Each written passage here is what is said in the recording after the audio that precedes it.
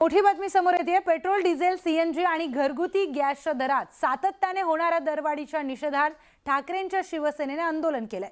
माजी आमदार वैभव नाईक यांच्या नेतृत्वाखाली पदाधिकाऱ्यांनी रस्त्यावर उतरून सरकारच्या विरोधात जोरदार घोषणाबाजी केली। तातडीने दरवाढ रद्द करण्याची मागणीही करण्यात आली आहे।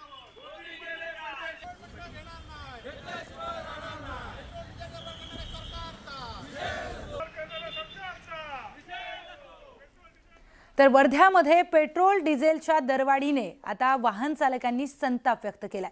3 रुपयांनी झालेली दरवाढ बजेट कोलमडायला लावणारी अशा भावना व्यक्त करण्यात आल्या। सामान्य नागरिकांना दरवाढीची झळ बसणार आहे।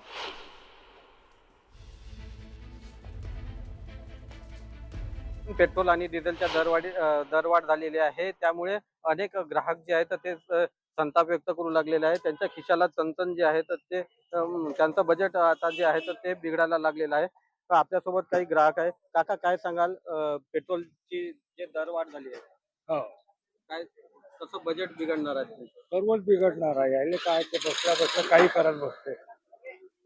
त्यांना विचार नाही या लोकांचा, फक्त मारायचा, मजा करायची। आपल्यासोबत दुसरे ग्राहक सुद्धा आहेत।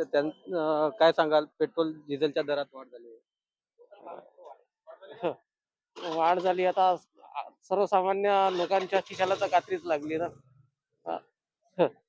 याच्यासाठी आता काय सरकारला दोष देऊन काही अर्थ नाहीये।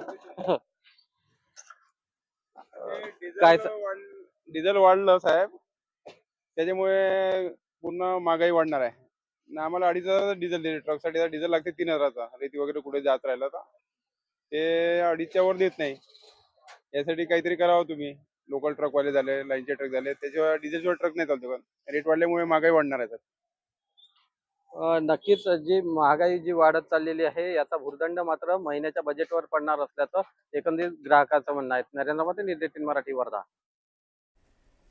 एकीकडे शेतमालाला बाजारभाव नाहीये, तर दुसरीकडे रासायनिक खते आणि औषधांच्या भरमसाठ वाढलेल्या किमतींमुळे शेतकरी अडचणीमध्ये आलेत।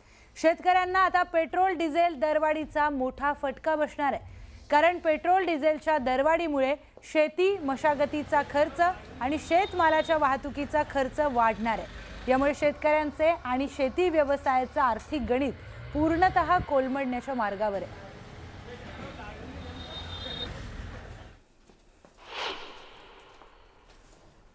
आता शेतकऱ्याला काय आहे, तो आता पेट्रोल आणि डिझेलचे रेट वाढल्यामुळे आता हा माल मार्केटपर्यंत पोचवायचा आहे। शेवटी आता ते पोचवायचा माझ्या ट्रॅव्हलिंग खर्च आला, परत त्या मालामध्ये तो माल काढल्यानंतर दुसरा माल करायचा म्हणजे परत ट्रॅक्टरचं काम आलं। डिझेलमुळे त्यांचे रेट वाढलेत, त्याच्यामुळे शेतकरी आर्थिक अडचणीमध्ये सापडलेला आहे। दरवाढीचं संकट शेतकऱ्यासमोर त्या ठिकाणी येऊन ठेपलेलं आहे। खरं तर इंधन दरवाढ करत असताना शेतकऱ्याच्या कुठल्याही मालात त्या ठिकाणी बाजारामध्ये कुठलीही दरवाढ झाली नाही, परंतु इंधनामध्ये दरवाढ त्या ठिकाणी झालेली आहे। वारंवार खताच्या किमतींमध्ये त्या ठिकाणी वाढ झालेली आहे। औषधांच्या किमतींमध्ये त्या ठिकाणी वाढ झालेली आहे। परंतु हे करत असताना पंतप्रधान मोदी साहेबांनी शेतकऱ्यांच्या जखमेवर त्या ठिकाणी मीठ चोळण्याचं काम खरं तर या अर्थाने केलेलं आहे।